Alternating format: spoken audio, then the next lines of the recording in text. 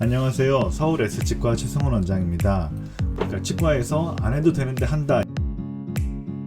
그게 아니고 해야 되는 케이스는 이제 이런 경우가 있다. 제가 저번 동영상에서 뼈 이식 중에서 이걸 부위별로 나눠가지고 위턱, 즉 상악의 구치부에서 상악 구치부는 그 상악동이라는 구조가 있기 때문에 수직적으로 뼈가 부족한 경우가 있어서 수직적인 골 이식에 대한, 즉 상악동 내의 골 이식에 대한 내용을 주로 설명을 드렸는데요. 위턱에는 어금니만 있는 게 아니고 앞니 쪽도 있잖아요. 그래서 상악의 다른 부위, 작은 어금니나 혹은 앞니 부위에 대한 내용을 한번 추가적으로 말씀드리고자 합니다. 그 어금니 부위는 상악동이 연결되어 있지만 작은 어금니나 앞니 쪽은 상악동하고는 크게 이제 관계가 없는 경우가 많이 있는데요. 그럼 이런 경우에는 어떨 때 뼈 이식을 하느냐? 뼈 이식은 우리가 이제 임플란트를 옆에서 보면 이렇게 나사가 있고 쭉 이런 식으로 이제 나사로 생겼잖아요. 옆에서 보면 이런데 위에서 보면 임플란트는 원형입니다. 하지만 자연 치아는 그 작은 어금니 같은 경우에 머리 부분을 보면은 이렇게 생겼는데 뿌리가 이렇게 긴 모양을 가지고 있습니다. 즉 타원형이죠. 뺨 쪽이랑 혀 쪽으로 이렇게는 되게 긴데 양 인전면 쪽으로는 짧은 이런 타원형의 형태를 가지고 있어요. 하지만 임플란트는 원형인데 우리가 이제 임플란트를 심고자 하는 부위에 수직적, 즉 뼈의 높이가 부족한 경우도 있지만 골의 폭이 부족한 경우들도 간혹 있을 수가 있습니다. 이 사진을 보시면 여기가 이제 앞니고 두 번째 앞니, 그 다음에 송곳니, 작은 어금니가 하나가 빠져 있고요. 그 다음 작은 어금니랑 큰 어금니가 이렇게 위치해 있는데 이 자리에 임플란트를 심고자 했습니다. 보시면 임플란트가 심겨질 부위에 여기는 잇몸이 이렇게 경계지어서 이쪽은 잇몸이 살아있는데 여기는 뭔가 꺼진 모습을 볼 수가 있죠. 원래 이 작은 어금니가 있었다면 이런 식으로 머리가 있고 뿌리가 있었을 텐데 그 뿌리 쪽에서 입천장 쪽에 뼈, 입술 쪽에 뼈 이렇게 있었을 거예요. 근데 치아를 발치하게 된 원인이 이가 상에서 빠진 경우에는, 즉 충치가 있거나 이가 깨지거나 해서 발치를 하게 됐다. 그러면 치아 주변의 잇몸뼈, 즉 치조골에는 큰 데미지가 있지는 않습니다. 그래서 만약에 이가 상에서 발치를 했다면 여기에 이렇게 이제 뼈가 남게 되잖아요. 이 뼈가 생각보다 이제 자연스럽게 아물게 돼요. 작은 어금니 부위는.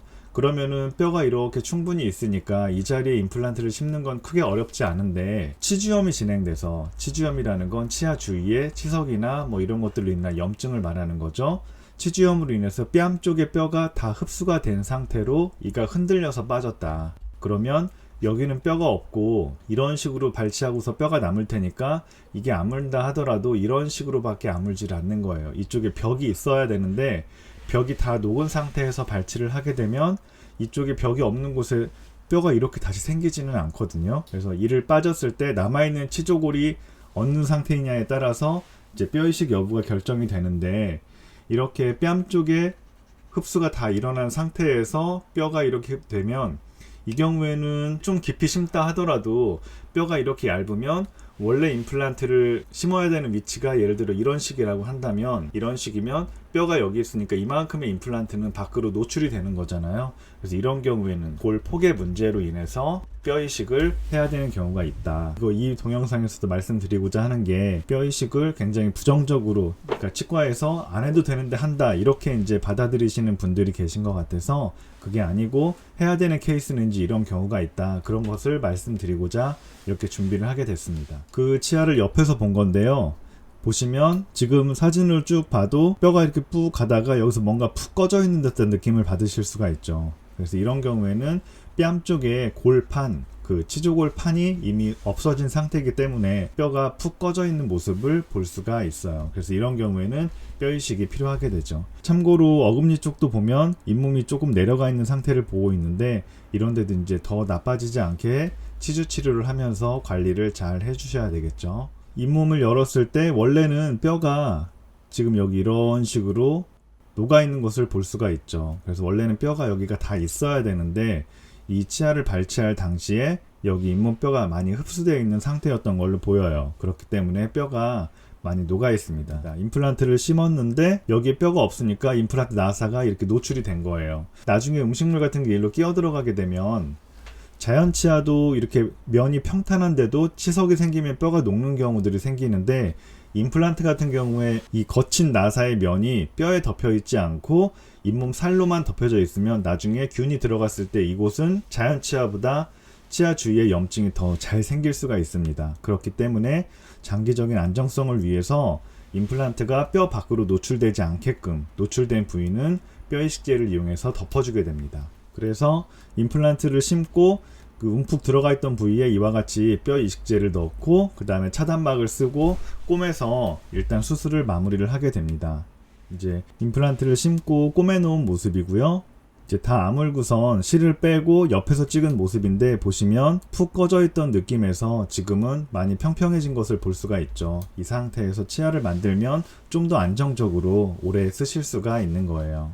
이렇게 이제 임플란트 치아를 끼워 봤는데, 만약에 여기에 뼈 이식을 하지 않았다면 주변이랑 비교해서 푹 들어가 있는 모양으로 치료가 진행이 됐을 거고, 그렇게 되면 아까 말씀드렸듯이 노출된 임플란트를 뼈 이식제로 덮고 잇몸을 꼬매서 임플란트가 그 잇몸이랑 직접 닿지 않고 노출이 되지 않게끔 해야 되는데, 그런 소기의 목적은 일단 첫 번째는 달성을 한 거고, 두 번째는 만약에 이렇게 푹 꺼져 있다면 이 꺼진 부위에 음식물이 굉장히 많이 저류가 되게 돼요.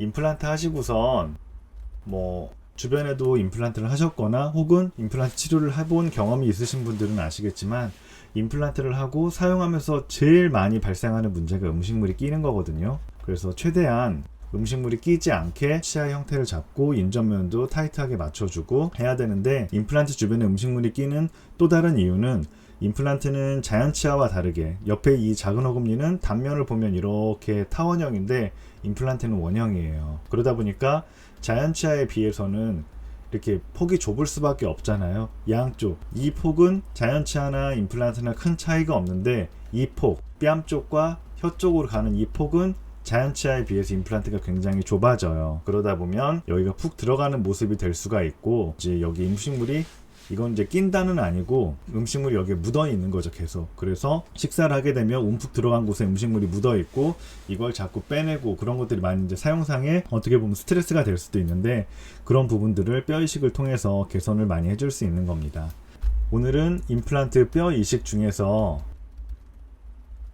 저번에 말씀드렸던 상악의 어금니 부위, 상악 구치부에서 그 상악동으로 인한 그 수직적인 제약이 있는 경우에 상악동 뼈 이식에 대해서 말씀을 드렸었고, 그 외에 상악의 작은 어금니 부위에서 상악동으로 인한 수직적인 제약은 없지만 수평적인 제약이 있는 경우, 즉 골 폭이 부족한 경우에 뼈 이식을 통해서 개선하는 내용을 말씀을 드렸습니다. 이렇게 이제 물론 상악동도 저 위에 있고 골 폭도 좋아서 뼈 이식 없이 임플란트를 진행할 수 있으면 가장 베스트인데, 제가 임상에서 이제 진행을 하다 보면 상악 구치부 같은 경우는 상악동에 뼈 이식을 해야만 임플란트를 심을 수 있는 경우가 거의 절반 이상인 것 같고요.